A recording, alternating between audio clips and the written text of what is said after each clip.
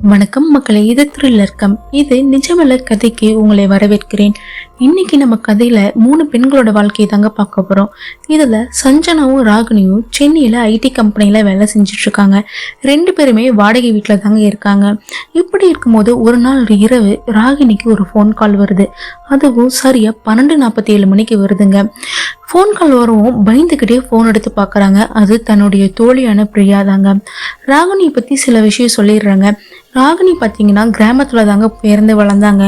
படிப்பு மேலே இருக்க ஆர்வத்தால் அவங்க படித்து சென்னையில் ஐடி கம்பெனியில் வேலை செஞ்சுட்டு இருக்காங்க. இப்போ வரைக்குமே தன்னுடைய அப்பாவும் அம்மாவும் அந்த சொந்த ஊரில் தாங்க இருக்காங்க. எப்போ விடுப்பு எடுத்தாலுமே அவங்க தன்னுடைய சொந்த ஊருக்கு தாங்க போவாங்க. போயிட்டு வர ஒவ்வொரு சமயமும் இவங்க பிரியாவை பார்க்காம வரவே மாட்டாங்க. அந்த பிரியா தான் இப்ப ராகினிக்கு ஃபோன் பண்றாங்க. பதறடிச்சுக்கிட்டே என்னாச்சுன்னு கேக்குறாங்க. அந்த பக்கம் அழுகுரல் மட்டும்தாங்க வருது. கொஞ்ச நேரம் அழுந்த பிறகு தன்னுடைய அப்பா தவறிட்டாங்கன்னு அழுதுகிட்டே சொல்றாங்க. இதை கேட்ட ராகினி ரொம்ப மனசுடைஞ்சு போயிடுறாங்க. எனக்கு யார்கிட்ட சொல்லணும்னு தெரியல, எனக்கு இப்ப ஆறுதலா இருக்கிறது நீ மட்டும்தான், தயவு செஞ்சு இங்க வரியான்னு கேக்குறாங்க. ராகினியும் தன்னுடைய தோழியான சஞ்சனா கிட்ட விஷயத்த சொல்லிட்டு தன்னுடைய சொந்த ஊருக்கு போறாங்க. அங்கு பிரியாவோட அப்பாவை அடக்கம் செய்யற வரைக்கும் அவங்க கூட உறுதுணையா இருக்காங்க. அடக்கம் செஞ்சதுக்கு அப்புறம் பிரியாவுக்கு மிகப்பெரிய கேள்வி எழுது. இதுக்கப்புறம் என்னையும் தன்னுடைய தங்கச்சிங்களையும் அம்மாவால எப்படி பார்த்துக்க முடியும்? 2 பேருமே கிராமத்துல அப்பப்போ கிடைக்கிற வேலையை தாங்க செய்வாங்க. இது நிரந்தரமான வேலையும் இல்லைங்க. இதை வச்சு இதுக்கப்புறம் குடும்பத்தை சமாளிக்க முடியாதுன்னு பிரியாவுக்கு நல்லா தெரியுதுங்க. இந்த விஷயத்த ராகினிகிட்ட சொல்லி அழுகுறாங்க. நீ சென்னையில எனக்கு ஏதாவது ஒரு வேலை வாங்கி கொடு, மாச வேலை மட்டும் எனக்கு வாங்கி கொடு, நான் எந்த வேலையா இருந்தாலும் செய்யறேன்னு சொல்லி கெஞ்சுறாங்க. ராகினிக்கும் அவங்கள பார்க்க பரிதாபமா தாங்க இருக்கு. கண்டிப்பா நீ என் கூட வா, நான் சென்னையில உனக்கு ஏதோ வேலை வாங்கி தரேன்னு அவங்களுக்கு ஒரு நம்பிக்கையை சொல்றாங்க. பிரியா உடனே தன்னுடைய அம்மா கிட்ட விஷயத்தை சொல்லி ராகினி கூட சென்னைக்கு கிளம்புறாங்க. ராகினியும் தன்னுடைய தோழியான சஞ்சனா கிட்ட போன் பண்ணி விஷயத்த சொல்றாங்க. சஞ்சனாவும் சரின்னு சொல்லிடுறாங்க. ராகினி தன்னுடைய வீட்டுக்கு போனதுக்கு அப்புறம் சஞ்சனாவையோ பிரியாவையோ அறிமுகப்படுத்தி வைக்கிறாங்க. ஏனோ சஞ்சனாவுக்கு பிரியாவை சுத்தமா பிடிக்கலங்க. அவங்களுடைய தோற்றமா இல்ல முக பாவனையா இல்ல உடை அமைப்பா இல்ல பேச்சு வழக்கம் என்னன்னு தெரியல. ஏனோ சஞ்சனாக்கு அவங்க மேல ஒரு வெறுப்பு தாங்க வருது. சஞ்சனா வேண்டா வெறுப்பா பிரியா கிட்ட பேசுறாங்க. அதே சமயம் ராகினி பிரியாவுக்கு வேலை வாங்கி தரத்துக்காக தன்னுடைய காதலனான மகேஷ் கிட்டே விஷயத்த சொல்றாங்க. மகேஷும் அதற்கான ஏற்பாடுகளை செய்ய ஆரம்பிக்கிறாருங்க. பிரியாவுக்கு வேலை கிடைக்கிற வரைக்கும் பிரியா வீட்டில் இருக்க வேலையை தாங்க செஞ்சிட்டு இருக்காங்க. அந்த சமயம் சஞ்சனாவுக்கும் பிரியாவுக்கும் அடிக்கடி சிறு சிறு சண்டைகள் வருங்க. ராகினிக்கு கஷ்டமா இருந்தாலும் வீட்டில் அனுசரிச்சு இருக்கணும் ஒரே காரணத்துக்காக எதுவும் பேசாம அமைதியாயிருவாங்க. பிரியாவுக்கு ஒரு நல்ல விஷயமும் வருதுங்க மகேஷ் மூலியமா. மகேஷ் 2 வீட்டு வேலையே சொல்லியிருக்காங்க. 2 வீட்டில் தினமும் போய் வேலை செய்யணுங்கிற மாதிரி சொல்றாருங்க. அதுக்கு பிரியாவும் சம்மதம் சொல்றாங்க. பிரியாவும் வேலைக்கு போனதுக்கு அப்புறம் ஓரளவுக்கு ஒரு நல்ல நிலைமைக்கு வராங்க. குடும்பத்தையும் அவங்களால சமாளிக்க முடியுதுங்க. ராகினி எங்க மகேஷ் கூட வெளியே போனாலும் பிரியாவையும் கூட்டிட்டு போறாங்க. பிரியாவை எந்த ஒரு விஷயத்திலுமே அவங்க தனியா விட்டது இல்லைங்க. இதனால பிரியாவுக்கு ராகினி மேலேயும் மகேஷ் மேலேயும் அளவு கடந்த அன்பு வருதுங்க. சஞ்சனாவும் பிரியா வேலைக்கு போனதுக்கு அப்புறம் சரியா அவங்க கிட்ட பேசுறது இல்லைங்க. சண்டைகளும் கொஞ்சம் குறையுதுங்க. இருந்தாலும் அது தொடர்ந்துக்கிட்டு தாங்க இருக்கு. இவங்க வாழ்க்கை சந்தோஷமா போயிட்டு இருந்த ஒரு கட்டத்துல திருப்ப முனையா ஒரு நாள் அமையுதுங்க. அதுவும் ராகினியோட பிறந்தநாள் தாங்க. ராகினியோட பிறந்தநாள் அன்னைக்கு ராகினி வேலைக்கு போயிடுறாங்க, சஞ்சனாவும் போயிடுறாங்க. மகேஷ் ராகினியோட பிறந்தநாளை ராகினியோட வீட்டில் கொண்டாடணும்னு நினைக்கிறாங்க. அதுக்காக பிரியாவுக்கு ஃபோன் பண்ணி இன்னைக்கு ஒரு நாள் விடுபெடுக்க சொல்றாருங்க. பிரியாவும் சரின்னு சொல்றாங்க. மகேஷ் பிரியா கூட சேர்ந்து கொண்டாட்டத்துக்கான எல்லா ஏற்பாடையும் செய்யறாருங்க. நடுவில் அப்பப்போ வீடியோவை எடுத்துட்டு இருக்காருங்க. ராகினி வரத்துக்கு முன்னாடியே சஞ்சனாவும் இவங்க கூட வந்து உதவி செய்யறாங்க. கொஞ்ச நேரத்துல ராகினியும் வந்துடுறாங்க. பிறந்தநாள் கொண்டாட்டத்துக்கு கூப்பிட்ட அனைத்து நண்பர்களுமே வந்துடுறாங்க. சிறப்பான முறையில ராகினியோட பிறந்தநாள் முடியுதுங்க. பிரியாவை தவிர இது ராகினியும் பார்த்துட்டு தாங்க இருக்காங்க. எல்லாரும் கிளம்புனதுக்கு அப்புறம் பிரியாவை பாக்குறாங்க. பிரியா கிட்ட போய் விஷயத்த கேக்குறாங்க. ஏன் இன்னைக்கு நீ முழுவதும் சோகமா இருக்க, உனக்கு என்ன பிரச்சனைன்னு கேக்குறாங்க. ஆனா பிரியா எதுவுமே பேசாம எனக்கு எந்த பிரச்சனையும் இல்லைன்னு சொல்றாங்க. நிறைய முறை ராகினி கேட்டுமே பிரியா எந்த பதிலுமே சொல்லலைங்க. ஆனா அவளுடைய கண்கள் மட்டும் சிவந்திருக்குங்க. அந்த சமயம் சஞ்சனாவை யதார்த்தமா பாக்குறாங்க. சஞ்சனா பிரியாவையே பார்த்து முறைச்சிட்டு இருக்காங்க. ஒருவேளை சஞ்சனா தான் இவளை ஏதோ திட்டிருப்பாளோன்னு நினைச்சுக்கிட்டு ராகினி எதுவும் பேசாம தன்னுடைய அறைக்கு போய் படுத்துடுறாங்க. அடுத்த நாள் காலையில ராகினி எந்திரிக்கிறாங்க. எல்லா வேலையும் முடிச்சுட்டு வேலைக்கு போகும்போது தாங்க அவங்க ஒரு விஷயத்த கவனிக்கிறாங்க. அந்த இடத்துல பிரியா இல்லைங்க. அறை முழுவதும் தேடுறாங்க, வீடு முழுவதும் தேடுறாங்க, எல்லா இடத்துலயும் தேடுறாங்க. சஞ்சனா கிட்டே கேட்கறாங்க. ஆனா சஞ்சனா எதுவும் தெரியலன்னு சொல்றாங்க. உடனே அங்க வேலை செய்யற இடத்துக்கும் ஃபோன் பண்ணி கேட்கறாங்க. அங்கேயுமே இன்னும் பிரியா வரலன்னு தாங்க சொல்றாங்க. பதட்டம் அதிகமாக ஆரம்பிக்குதுங்க. உடனே மகேஷ்க்கு ஃபோன் பண்ணி விஷயத்த சொல்றாங்க. மகேஷ்மே ராகினியோட வீட்டுக்கு வராருங்க. ராகினி படபடப்புடனே நடந்த விஷயத்த சொல்றாங்க. இந்த மாதிரி காலையில இருந்து காண பிரியா எங்க போனான்னு தெரியலன்னு அழுதுகிட்டே சொல்றாங்க. ஆனா சஞ்சனாவும் மகேஷும் அது பெரிய விஷயமா எடுத்துக்கலாங்க. சரி, புறத்திருந்து பார்க்கல, எங்கேயாவது போயிருப்பாங்க, வந்துருவாங்க அப்படிங்கிற மாதிரி தாங்க சொல்றாங்க. இதை பார்த்த ராகினிக்கு அதிர்ச்சியா இருக்குங்க.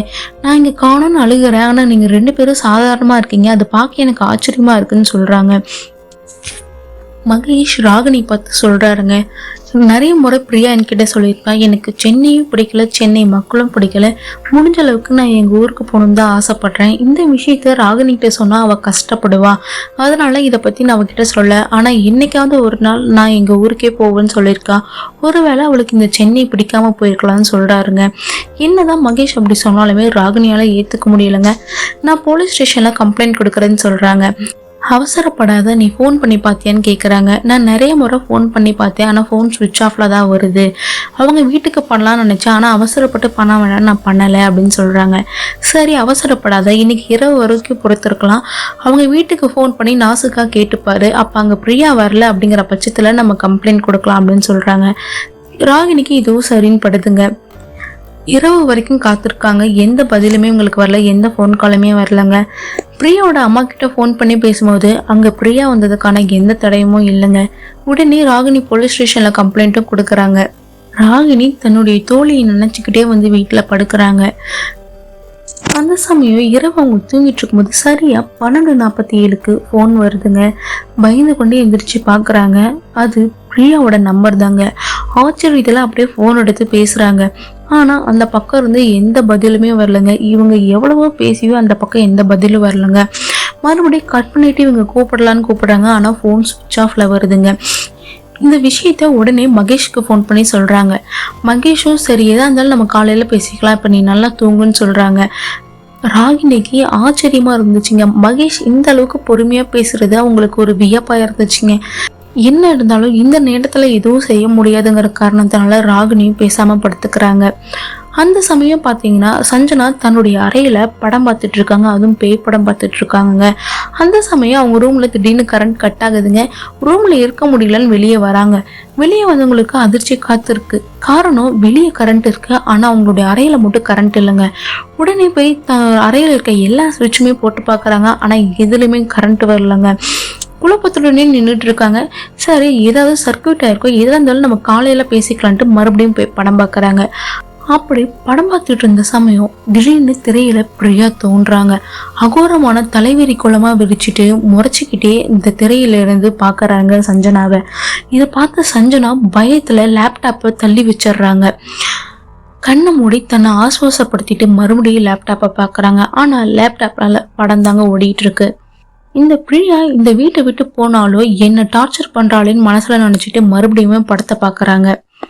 படமும் முடிஞ்சிருந்துங்க. லேப்டாப்பை ஆஃப் பண்ணிட்டு தூங்க போலான்னு நினைக்கும் போது தாங்க அவங்களுக்கு வித்தியாசமான ஒரு உணர்வு அவங்க அறையில உண்டாகுதுங்க. கட்டிலுக்கு அடியில ஏதோ ஊர்ந்துட்டு போற மாதிரியே தோணுதுங்க. பயத்திலேயே பயந்துகிட்டே கீழே பாக்குறாங்க. ஆனா அங்க எதுவுமே இல்லைங்க. மறுபடியும் பெட்ல உட்காரும் போது அப்படியே கண்கள் 2 உறைஞ்சு போய் நிக்குதுங்க. காரணம், சஞ்சனாவுக்கு முன்னாடி பிரியா தலைவெறி கோலமா அவங்கள முறைச்சிக்கிட்டே உட்காந்துருக்காங்க. இத பார்த்த உடனே சஞ்சனா பயத்துல கத்தி கொண்டே தன்னுடைய அறையை விட்டு வெளியே வராங்க. சஞ்சனாவோட சத்தம் கேட்டு ராகினியும் வெளியே வந்து பாக்குறாங்க. சஞ்சனா தடுமாறி கீழே விழுந்திருக்காங்க. அவங்கள தூக்கிட்டு என்ன ஆச்சு, ஏன் கத்திட்டே வரேன்னு கேட்கவும் சஞ்சனா நடந்த விஷயத்த சொல்றாங்க. இதை கேட்ட ராகினிக்கு பக்குன்னு ஆயிருதுங்க. என்னுடைய தோழி காணாம தான் போயிருக்கா, ஆனா அவ நீ பேய் மாதிரி வந்து நிக்கிறேன்னு சொல்றியே, இதை என்னால ஏத்துக்க முடியலன்னு சொல்றாங்க. சஞ்சனா, நான் சொல்றது உண்மைதான், தயவு செஞ்சு நம்பு அப்படின்னு ராகினி கிட்ட சொல்றாங்க. ராகினியால நம்பாமே இருக்க முடியலங்க. ஏன்னா சஞ்சனாவோட முகத்துல அப்பட்டமான பயம் தெரிஞ்சுதுங்க. எதுவா இருந்தாலும் காலையில பேசிக்கலாம், இன்னைக்கு என்னோட அறையில வந்து படுத்துக்கும் சொல்லி ராகினி அவங்க கூடயே படுக்க வச்சுக்கிறாங்க. அடுத்த நாள் காலையில சஞ்சனா மகேஷ் கிட்ட எல்லா விஷயத்தையும் சொல்றாங்க. தயவு செஞ்சு நம்ம எதுவும் மறைக்காம ராகினிகிட்ட சொல்றதுதான் நல்லது அப்படின்னு சொல்றாங்க. ஆனா மகேஷும் பொறுத்துரு, ஏதோ அவசரப்பட வேணாம், இன்னைக்கு நடந்தது ஏதோ ஒரு சாதாரணமா விஷயமா இருக்கலாம், மறுபடியும் நடந்தா நம்ம அதை பத்தி பேசலாம் அப்படின்னு சொல்றாங்க. சஞ்சனாவும் எதுவும் பேசாம அமைதியாயிடுறாங்க. ராகினி அடுத்த நாள் பாத்தீங்கன்னா தன்னுடைய தோழியை தேடி கிளம்புறாங்க. கூடவே மகேஷையும் கூட்டிட்டு போறாங்க. தங்க போற இடம் தெரிஞ்சவங்கள்ட்ட எல்லார்கிட்டயுமே விசாரிக்கிறாங்க. சஞ்சனாவுக்கு அந்த பயத்திலே காய்ச்சல் வந்துருதுங்க. அதனால வீட்டுல தாங்க அன்னைக்கு இருக்காங்க. வீட்டுல சும்மா இருக்கனால அவங்க டிவி பார்க்கலான்னு டிவி பார்த்துட்டு இருந்திருக்காங்க.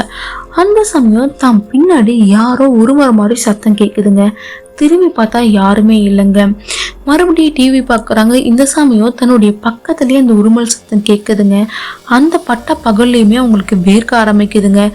அதை துடைச்சிக்கிட்டே பக்கத்துல பாக்குறாங்க. அங்கேயுமே யாரும் இல்லைங்க. உள்ளுக்குள்ள ஒரு மாதிரி பயம் இருக்குங்க. அதை வெளிக்காட்டுக்காம மறுபடியும் டிவி பார்க்குறாங்க. பார்த்தவங்களுடைய கண்கள் அப்படியே நிலை குத்தி நிக்குதுங்க. டிவி திரையில நேத்து எந்த உருவத்தை பார்த்தோமோ அதே உருவம் இன்னைக்கு நிக்குதுங்க. அதுவும் இன்னைக்கு பயங்கர கோபத்தோட இருக்குங்க. அந்த டிவி திரையில முறைச்சி பார்த்துட்டு இருக்க பிரியா அந்த சமயம் தன்னுடைய கைகளை நீட்டி சஞ்சனாவோட கழுத்தை பிடிச்சி நெருக்கிதுங்க. சஞ்சனா பயத்துல அலறி அடிச்சு துடிக்கிறாங்க. எப்படியோ ஒரு வழியா அந்த கையை விடிவெடிச்சுட்டு தன்னுடைய அறைக்கு போயிடுறாங்க. போய் பயத்திலே படுத்துக்கிறாங்க. ராகினி வீட்டுக்கு வர வரைக்கும் சஞ்சனா அந்த அறையை விட்டு வெளியே வரலங்க. ராகினி வந்ததுக்கு அப்புறம் சஞ்சனா அவங்க கிட்ட சொல்லி அழுகுறாங்க. ராகினிக்கு ஒண்ணுமே புரியலங்க. காணாம போன தன்னுடைய தோழி இங்க பேய பாக்குறதுன்னு சொல்றது அவங்களால எடுத்துக்க முடியலங்க. பிரியா இறந்துட்டாங்களான்னு யோசிக்கவும் அவங்களுக்கு தெம்பில்லைங்க. மீண்டும் சஞ்சனா மகேஷ் கிட்ட சொல்லி அழுது இந்த விஷயத்த நம்ம ராகினிட்டு சொல்லலாம்னு சொல்றாங்க. ஆனா மகேஷோ ஏதோ காரணத்துக்காக சொல்ல வேணாம்னு அமைதிப்படுத்துறாருங்க. இவங்க அமைதியா இருக்க பிரச்சனைகள் பெருசா வெடிக்க ஆரம்பிக்குதுங்க. சஞ்சனா பாக்குற ஒவ்வொரு இடத்துலயுமே பிரியா காட்சி தர ஆரம்பிக்கிறாங்க. ஒவ்வொரு நிமிஷமும் அவங்களுக்கு பயத்தை கொடுத்துக்கிட்டே இருக்காங்க. சஞ்சனா மனதளவுலயும் உடம்பளவுலயும் ரொம்ப சோர்ந்து போயிட்டே இருந்தாங்க. இந்த விஷயம் ராகனியே பார்த்துட்டு தாங்க இருக்காங்க. காணாம போன தன்னுடைய தோழியை நினைச்சோம், பக்கத்துல இருக்க தன்னுடைய சஞ்சனாவை நினைச்சோம், மாறி மாறி அவங்க ரொம்ப வருத்தப்பட்டு அவங்க ரொம்ப நொந்து போயிருந்தாங்க. ஆனா ராகினிக்கு ஒரு விஷயம் மட்டும் உறுத்தலா இருக்குங்க. பிரியா காணாம போனதுக்கு அப்புறம் தாங்க சஞ்சனாவோட நடவடிக்கையும் மாற ஆரம்பிச்சுது. அப்படி சஞ்சனாவை தொந்தரவு பண்றதுக்கு என்ன காரணம்? ஒருவேளை பிரியா காணாம போனதுக்கும் சஞ்சனாவுக்கும் ஏதோ தொடர்பு இருக்குமான அவங்களோட மனசுல ஒரு உறுத்தல் உண்டாகுதுங்க. அந்த உறுத்தலை சஞ்சனா கிட்டயும் போய் கேக்குறாங்க. சஞ்சனா எதுவும் பேசாம அமைதியா தாங்க இருக்காங்க. சஞ்சனா எந்த பதிலும் சொல்லனாலும் ராகினிக்கு சஞ்சனா மேல சந்தேகமும் வருதுங்க. மகேஷ் கிட்ட இந்த விஷயத்த சொல்றாங்க. ஆனா மகேஷ் எந்த விஷயத்தையுமே பெருசாவே எடுத்துக்கலாங்க. மகேஷும் சஞ்சனாவை அப்பப்ப பார்த்து அவங்களுக்கு ஆறுதல் சொல்லிட்டு தாங்க இருக்காங்க. இது உன்னுடைய பிரம்மன், தயவு செஞ்சு நீ பிரியாவை பத்தி யோசிக்கிறத நிறுத்து. இது உன்னுடைய எண்ணங்கள் தான், தயவு செஞ்சு இந்த எண்ணங்கள் தான் உன்னை இந்த அளவுக்கு பயமுறுத்துது. இந்த எண்ணத்தை விட்டு வெளியே வா. உனக்கு இங்க இருக்க பிடிக்கலன்னா உன்னுடைய அம்மா அப்பா வீட்டுல கூட கொஞ்ச நாள் போய் இருன்னு சொல்றாருங்க. சஞ்சனாவுக்கு அதுதாங்க சரின்னு படுது. அடுத்த நாள் தன்னுடைய அப்பா அம்மா வீட்டுக்கு போலான்னு அவங்களும் முடிவு செய்யறாங்க. இப்படி இருக்கும்போது தாங்க கோர சம்பவம் இங்க ஒண்ணு நடக்குது. ராகினி வேலைக்கு போயிடுறாங்க. சஞ்சனா வேலைக்கு போகாம வீட்டுல தாங்க இருக்காங்க. இன்னைக்கு பிரியா இங்கிருந்து காணாம போனாங்களோ அதுல இருந்து சஞ்சனாவால சரியா வேலை செய்ய முடியலங்க. எதுலையுமே ஒரு ஈடுபாடு இல்லாம வீட்லயே தாங்க இருக்காங்க. அப்படி அவங்க வீட்டுல இருக்கும்போது, அப்படி தன்னுடைய ரூம்ல அவங்க படுத்திருக்கும் போது திடீர்னு அவங்க முகத்துல என்னமோ ஈரப்பதமா விழுகுதுங்க. அது என்னன்னு தொட்டு பார்த்தா ரத்தங்க. பத்திரி அடிச்சுட்டு மேல பாக்குறாங்க. மேல பிரியா கழுத்தறுத்து அதுல இருந்து வந்த ரத்தம் இவங்க மேல பட்டுட்டு இருந்துச்சுங்க. அலறி துடிச்சு கொண்டு தன்னுடைய அறையிலிருந்து வெளியே வராங்க. மேல சீலிங்ல ஒட்டியிருந்த பிரியா அப்படியே கொஞ்சம் கொஞ்சமா நகர்ந்து இவங்களை நோக்கி வராங்க. இவங்க கத்தி கொண்டே தன்னுடைய கதவை திறக்க பாக்குறாங்க. ஆனா அறையை திறக்க முடியலங்க. கிட்ட வர வர சஞ்சனாக்கு உயிரே நின்னுடும் போல இருந்துச்சுங்க. பிரியா கிட்ட வந்த நேரம் அந்த கதவை தன்னால திறந்துக்குதுங்க. தன்னுடைய கால்கள் தன்னையே அறியாம எங்கேயோ ஓடுதுன்னு சஞ்சனாக்கு புரிஞ்சதுங்க. அது ஓடி போய் நின்ன இடம் பால்கனி தாங்க. பால்கனியில வேகமா போனவங்க தடுப்பு சுவரையும் மீறி அங்கிருந்து கீழே விழுந்துடுறாங்க. விழுந்த அடுத்தனுடைய அவங்களோட உயிருமே போயிடுதுங்க. இந்த விஷயம் கேட்டு ராகினியும் மகேஷும் பதறி கொண்டு வராங்க. ராகினியும் மகேஷும் சஞ்சனாவோட உடம்பு பார்த்து கதறி அழுகுறாங்க. ரெண்டு பேருமே ஒரு விஷயத்த பாக்குறாங்க. சஞ்சனாவோட கண்கள் பயத்துல நிலைநிறுத்தி அப்படி நின்றுட்டு இருந்திருக்கு. அவளுடைய கண்கள் ஏதோ சொல்ல வரத ரெண்டு பேருமே புரிஞ்சுக்கிட்டாங்க. சஞ்சனாவோட வீட்லயும் இவங்க விஷயத்த சொல்றாங்க. சஞ்சனாவை அடக்கம் பண்ணதுக்கு அப்புறம் ராகினி தன்னுடைய வீட்டுக்கு வராங்க. ஏனோ தன்னுடைய தோழி பிரியாவும் சஞ்சனாவும் இல்லாத இந்த வீடு அவங்களுக்கு வெறுமையை தாங்க கொடுத்தது. அங்கே இருக்கவும் அவங்களுக்கு பிடிக்கலங்க.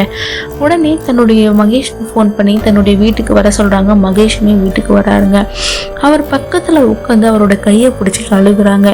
2 பேருமே இப்படி ஆயிட்டாங்களே, பிரியா எங்கே போனான்னு கூட தெரியலன்னு சொல்லி கதறி அழுகுறாங்க. அப்போ தாங்க ராகினி ஒரு விஷயத்த கவனிக்கிறாங்க. மகேஷ்க்கும் ராகினிக்கும் நடுவில் ஏதோ ஒரு உந்துதல் இருக்க மாதிரி, அது ராகினியை தள்ளி விடுற மாதிரி உங்களுக்கு தோணுதுங்க.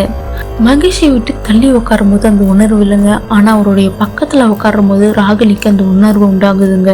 நாட்களும் கொஞ்சம் கொஞ்சமா நகர ஆரம்பிக்குதுங்க. ராகினி தன்னையும் அறியாம மகேஷ்கிட்ட இருந்து கொஞ்சமா விலக ஆரம்பிக்கிறாங்க. அதுக்கான காரணமா உங்களுக்கு தெரியலுங்க. இப்படி இருக்கும்போது ஒரு நாள் ராகினி வேலைக்கு போயிட்டு வந்துட்டு இருந்த சமயம் தான் வீட்டுக்கு நடந்து வந்துட்டு இருந்தாங்க. அப்போ தன் கூட இன்னொரு நிழலும் நடந்து வரதை அவங்க பாக்குறாங்க. அந்த நிழலை பின்னாடி திரும்பி பார்க்கும்போது அங்கே யாருமே இல்லைங்க. உள்ளுக்குள்ள ஒரு மாதிரி பயம் உண்டாகுதுங்க. மறுபடியும் நடக்கிறாங்க. அந்த நிழலும் அவங்க கூட நடக்குதுங்க. ராகினிக்கு பயத்துல வேர்க்க ஆரம்பிக்குதுங்க. வேக வேகமா தன்னுடைய நடைய நடக்க ஆரம்பிக்கிறாங்க. அதுவும் கூட சேர்ந்து அந்த நிழலும் வேகமா நடக்குதுங்க. ஒரு கட்டத்துல அந்த நிழல் ராகினிக்கு முன்னாடி வந்து நிக்குதுங்க. ராகினி பயத்துல அப்படியே கண்ணை மூடி நிக்கிறாங்க. அந்த சமயம் ராகினியை எதிர்பாராத ஒரு விஷயம் நடக்குதுங்க. அந்த நிழல் வேற யாரும் இல்லைங்க, பிரியா தாங்க. பிரியா ராகினி கிட்ட பேசுறாங்க. ராகினி பயப்படாத, நான் தான் பிரியா அப்படின்னு சொல்றாங்க. ராகினி கண்ணை திறந்து உடனே சுத்தி பாக்குறாங்க. ஆனா அங்க பிரியா இல்லைங்க. ராகினியோட தேடல்கள் பிரியா மேல அளவு கடந்து இருந்ததுங்க. ஆனா பிரியாவோட குரல் மட்டும்தாங்க கேக்குது. ராகினிக்கு ஒண்ணுமே புரியலைங்க. எங்க பிரியா இருக்க, தயவு செஞ்சு என் முன்னாடி வந்து நில்லு அப்படின்னு சொல்லி கதறி அழுகுறாங்க. இதை பார்த்துக்கிட்டு இருந்த பிரியா, அழுகாத ராகினி, நான் இறந்துட்டேன், இப்போ முன்னாடி நிக்கிறது ஒரு ஆத்மாவா தான் நான் நிக்கிறேன் அப்படின்னு சொல்றாங்க. இதை கேட்டு துடிச்சு போயிடுறாங்க ராகினி. நீ இறந்துட்டியா, என்ன சொல்ற, என்னால நம்ப முடியல, எப்படி இறந்துன்னு சொல்லி அடுக்கடுக்கான கேள்விகளை பிரியாவை பார்த்து கேட்கறாங்க. நீளெல்லாம் நிக்கிற பிரியா கண்ணீர் வடிச்சுக்கிட்டே, என்னுடைய மரணத்துக்கு காரணம் மகேஷும் சஞ்சனாவும் தான், அவங்களால தான் நான் இப்ப இந்த நிலைமையில இருக்கேன்னு சொல்றாங்க. இதை கேட்ட ராகினிக்கு உயிரே போய்விடும் போல இருந்துச்சு. அவங்க 2 பேரும் உன்னுடைய மரணத்துக்கு காரணமா, என்ன சொல்ற, எதுவா இருந்தாலும் தெளிவா சொல்லுன்னு அழுதுகிட்டே கேக்குறாங்க. பிரியாவும் சொல்ல ஆரம்பிக்கிறாங்க. உன்னுடைய பிறந்த நாள் அன்னைக்கு நீங்க 2 பேரும் வேலைக்கு போகவும் நானும் மகேஷும் உனக்கு செய்ய வேண்டிய ஏற்பாடுகளை செஞ்சுக்கிட்டு இருந்தோம். அந்த சமயம் மகேஷ் என்கிட்ட தப்பா நடக்க முயற்சி செஞ்சாரு. நான் அவரை தள்ளி விட்டு, நீங்க என் தோழியோட காதலன், தயவு செஞ்சு என்கிட்ட இந்த மாதிரி எண்ணங்களோட வராதீங்க அப்படின்னு சொன்னேன். ஆனா அவர் எதுவுமே கேட்காம மீண்டும் மீண்டும் என்கிட்ட தப்பா நடக்க முயற்சி செஞ்சாரு. அவரை தள்ளி விட்டுட்டு இங்க இருந்து போகுன்னு சொன்னேன். ஆனா அவர் எதுவுமே கேட்கல. என்கிட்ட தப்பா நடக்க முயற்சி செஞ்சாரு. அந்த சமயம் வீட்டுக்கு சஞ்சனாவும் வந்தாங்க. நான் சஞ்சனா கிட்ட அழுதுகிட்டே, சஞ்சனா இந்த மாதிரி இவர் என்கிட்ட தப்பா நடக்குறாரு, தயவு செஞ்சு அவர் இங்க இருந்து போக சொல்லு அப்படின்னு சொல்லி அழுந்தேன். ஆனா நான் சொன்னது சஞ்சனா பொருட்டா கூட எடுத்துக்கல. என்னை தள்ளி விட்டு மகேஷ் தான் ஆசைப்படுறான்ல, அவனோட ஆசைக்கு இணங்கு, இன்னைக்கு என்னால முடியலன்னு உன்கிட்ட வரான், நாளைக்கு மறுபடியும் நான் உனக்கு சந்தோஷத்தை கொடுப்பேன், அதுக்கப்புறம் உன்னை தொந்தரவு செய்ய மாட்டான், ஏதோ பையன் மேல ஆசைப்பட்டுட்டான், அதனால இன்னைக்கு அவனோட ஆசையை நிறைவேற்றுன்னு சொன்னா. அதை கேட்டு நான் துடிச்சு போயிட்டேன். 2 பேருமே களவாணிங்களா இருக்கீங்க, இந்த விஷயத்த நான் என்னோட ஃப்ரெண்டு கிட்ட சொல்றேன் அப்படின்னு போன் எடுக்க போனேன். நீ உன்னோட தோழி கிட்ட இந்த விஷயத்த சொன்னீங்கன்னா உன்னோட தோழியை நாங்க கொன்னுடுவோம், அவளோட கொலைக்கு நீ தான் காரணம்னு நாங்க சொல்லிடுவோம், அதனால பேசாம அமைதியா இருன்னு சொன்னாங்க. எனக்கும் என்ன பண்றதுன்னு தெரியல. அடுத்த நாள் காலையில உன்கிட்ட சொல்லாம கொள்ளாம இந்த ஊரை விட்டு போகலான்னு தான் முடிவு பண்ணேன். உன்னுடைய பிறந்த நாளும் சிறப்பான முறையில முடிஞ்சிருச்சு. நான் எல்லா வேலையும் முடிச்சுட்டு என்னோட ரூம்ல தூங்கிட்டு இருந்தேன். அந்த சமயம் என்னோட கதவை யாரோ தட்டினாங்க. கதவை திறந்து பார்த்தா அங்க சஞ்சனா நின்றுட்டு இருந்தா. எனக்கு ஒண்ணுமே புரியல. பின்னாடி மகேஷும் இருந்தான். சஞ்சனா என் வாயை பொத்திக்கிட்டே தன்னுடைய அறைக்குள்ள வந்துட்டான். எனக்கு என்ன பண்றதுன்னே தெரியல. சஞ்சனாவும் மகேஷும் என்னை வற்புறுத்தி மகேஷ் கூட சந்தோஷமா இருக்க சொன்னாங்க. ஆனா என்னால அது முடியல.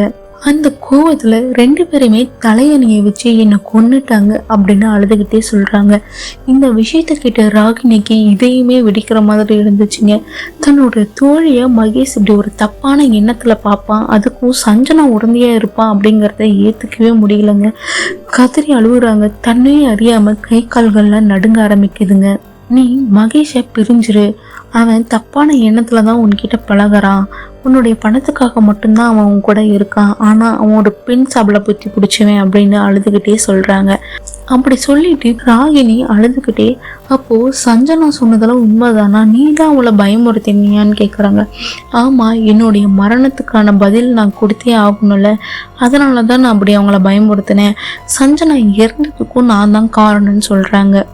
இது இன்னுமே அதிர்ச்சியா இருக்குங்க ராகினிக்கு. அந்த சமயம் பிரியா இன்னொரு விஷயத்த சொல்றாங்க. மகேஷ் சஞ்சனா கூடயே பழகிட்டு தான் இருந்திருக்கான், அவன் என்னையும் ஏமாத்த பார்த்தான், இப்போ வரைக்கும் உன்னையும் ஏமாத்திட்டு தான் இருக்கான், அவன் கூட உண்டான வாழ்க்கையை நீ முடிச்சுக்கோ, அவனை விட்டுட்டு ஒரு நல்ல பையனா பார்த்து கல்யாணம் பண்ணிக்கோ, அதுதான் உனக்கு நல்லது அப்படின்னு சொல்றாங்க. ராகினியால எதுவுமே பேச முடியலங்க, கண்கள்ல இருந்து கண்ணீர் மட்டும்தாங்க வருது. இந்த சொல்லிட்டு பிரியா அங்கிருந்து மறைஞ்சு போயிடுறாங்க. இதயம் வலிக்க மனசு வலிக்க ராகினி தன்னுடைய வீட்டுக்கு வராங்க. மகேஷ் ராகினியோட வீட்டில் தாங்க இருக்காரு. மகேஷை பார்த்தோடனே ராகினிக்கு கோபம் எருமையிலையை விட வேகமா வருதுங்க. மகேஷோட கன்னத்துல பலார்னு அடிக்கிறாங்க. அடிஞ்சு அவங்க சட்டையை பிடிச்சி கிழிச்சு, என்னோட வாழ்க்கையே கெடுத்துட்டியே, என்னோட பிரியாவை அநியாயமா உன்னோட ஆசைக்காக கொன்னுட்டியேன்னு சொல்லி அழுகுறாங்க. மகேஷ்க்கு ஒண்ணுமே புரியலைங்க. என்ன ராகினி பேசுற, எதுவா இருந்தாலும் தெளிவா பேசுன்னு சொல்றாங்க. நீயும் சஞ்சனாவும் செஞ்சு பிரியாவை தப்பான வழிக்கு கொண்டு போக பாத்தீங்களே, சஞ்சனா இப்ப பிரியாவால செத்துட்டா, சஞ்சனாவுக்கு சரியான தண்டனை தான் பிரியாவும் கொடுத்துருக்கா, ஆனா மகேஷ் நீ நான் இப்படி இருப்பேன்னு நினைச்சு கூட பார்க்கலன்னு சொல்லி அழுகுறாங்க. மகேஷ்க்கு ஒண்ணுமே புரியலைங்க. யாரு வந்தா என்ன பேசினாங்க என்ன சொன்னாங்கன்னு தெளிவா சொல்லுங்கிறாங்க. ராகினி நடந்த விஷயத்துல சொல்றாங்க. இதை கேட்ட மகேஷ்க்கு தூக்கி வாரி போட்டுருதுங்க. உன்னோட தோழி பிரியா இவ்வளவு கேவலமான பெண்ணா இருப்பான்னு நான் நினைச்சு கூட பார்க்கல, பிரியா சொன்னது அத்தனையுமே பொய் தான், பிரியாவால சஞ்சனாவோட வாழ்க்கை தான் நாசமாயிடுச்சு, சஞ்சனாவோட உயிரை தான் இப்ப அனாமத்தா போயிடுச்சு அப்படின்னு சொல்றாருங்க. இதை கிட்ட ராகினிக்கு பயங்கர குழப்பமாகுதுங்க. என்ன மகேஷ் சொல்ற, ஒண்ணுமே புரியல, எதுவா இருந்தாலும் தெளிவா சொல்லு அப்படின்னு சொல்றாங்க. உன்னுடைய பிறந்த நாளுக்கு டெக்கரேஷன் செய்யறதுக்காக நான் இங்க வந்தேன், அப்போ நான் தான் பிரியாவையும் இங்க இருக்க சொன்னேன், பிரியாவும் எனக்கு உதவி செஞ்சுட்டு தான் இருந்தா, அந்த சமயம் திடீர்னு என் மேல கைய போட்டா, அவளுடைய கை போடுறது எனக்கு பிடிக்கல, நான் தள்ளிவிட்டேன், ஆனா என்கிட்ட நெருக்கமா வர முயற்சி செஞ்சா, அவளுடைய நடவடிக்கையும் எனக்கு பிரியல, நான் தள்ளிவிட்டேன், என்ன பிரியா இப்படி பண்ற, தயவு செஞ்சு இப்படிலாம் வராத, இது எனக்கு பிடிக்கல அப்படின்னு நான் சொன்னேன், ஆனா கேட்காம மறுபடியும் என்கிட்ட வந்தா நான் தள்ளிவிட்டேன், அப்போ பிரியா என்கிட்ட நான் உங்களை ரொம்ப காதலிக்கிறேன், நீங்க இல்லாம என்னால இருக்க முடியாது, என்னை கல்யாணம் பண்ணிக்கோங்கன்னு கேட்டா. இதை கேட்டு எனக்கு பயங்கர அதிர்ச்சியா இருந்துச்சு. நான் உன் ஃப்ரெண்டை காதலிக்கிறேன், நான் அவளைதான் கல்யாணம் பண்ணிப்பேன், ஆனா நீ இப்படி பேசுறிய, நீ எல்லாம் ஒரு பெண்ணான நான் கேட்டு கோவப்பட்டேன், ஆனா நான் சொல்றத அவ காதுல கூட வாங்கல, நீங்க இல்லாம என்னால வாழ முடியாது, நீ என்ன கல்யாணம் பண்ணிக்கலன்னா நான் ராகினியுமே உனக்கு கல்யாணம் பண்ணி வைக்க மாட்டேன், நான் உனக்கு மட்டும்தான் சொந்தம், நீ எனக்கு மட்டும்தான் அப்படின்னு அவ பாட்டுக்கு தானா என்னமோ பேசிட்டு இருந்தா. ஆனா அவ சொல்றத நான் எதுவுமே கேட்டுக்கல. நீ இப்போ இங்கிருந்து போகலன்னா நான் உடனே ராகினிக்கு ஃபோன் பண்ணி சொல்லிடுவேன்னு நான் சொன்னேன். அந்த சமயத்தில் அவப்பாட்டுக்கு அவளுடைய துணிகள்லாம் கிழிச்சிட்டு, இப்போது நீ என்னை ரேப் பண்ண முயற்சி செஞ்சு நான் எல்லாருக்கிட்டையும் சொல்ல போகிறேன்னு சொன்னால் எனக்கு என்ன பண்ணுறதுன்னே தெரியல. பெண்கள் சொல்கிறதானே எல்லாருமே நம்புவாங்க. எனக்கு என்ன பண்ணுறதுன்னு தெரியாமல் குழப்பத்தில் நிற்கும் போது தான் அங்கே சஞ்சனா நின்னா. சஞ்சனா கிட்ட ஓடி போய், இவன் என்கிட்ட தப்பாக நடக்க முயற்சி செய்கிறான், இவனை இங்கேருந்து போக சொல்லுங்கள், இல்லை ராகினி ஃபோன் பண்ணி வர சொல்லுங்கள் அப்படின்னு அழுதுகிட்டே பிரியா சொன்னான். அழுதுகிட்டே பிரியா விஷயத்த சொன்னான். ஆனால் சஞ்சனா என்ன நினைச்சாலும் தெரியல, பிரியா கணத்தில் பலார்னு ஒரு அறை விட்டா. இங்கே நடந்த எல்லா விஷயத்தையும் நான் பார்த்துட்டு தான் இருந்தேன். மகேஷ் கிட்ட நீ தப்பாக நடக்க முயற்சி செஞ்சியே, உனக்குலாம் அறிவு இல்லையா, இந்த விஷயத்த நான் ராகினிகிட்ட சொல்கிறேன்னு சொன்னேன்.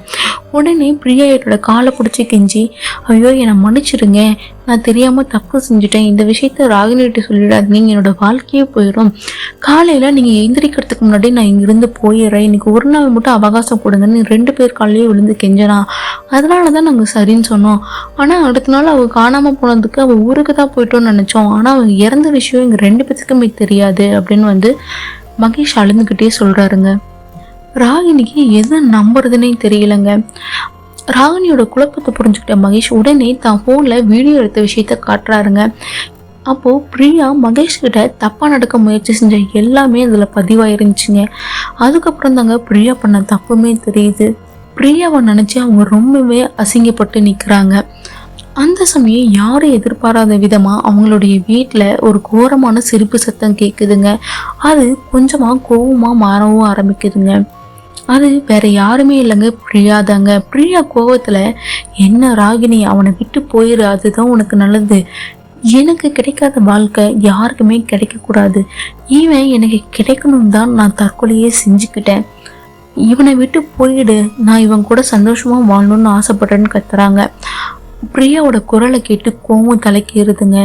பிரியா, நீ ஒரு கேவலமான பெண்ணா இருப்பன்னு நான் நினைச்சு கூட பார்க்கல. என்னுடைய மகேஷ் எனக்கு சொந்தமானவன், அவனை விட்டு நான் எங்கேயுமே போக மாட்டேன்.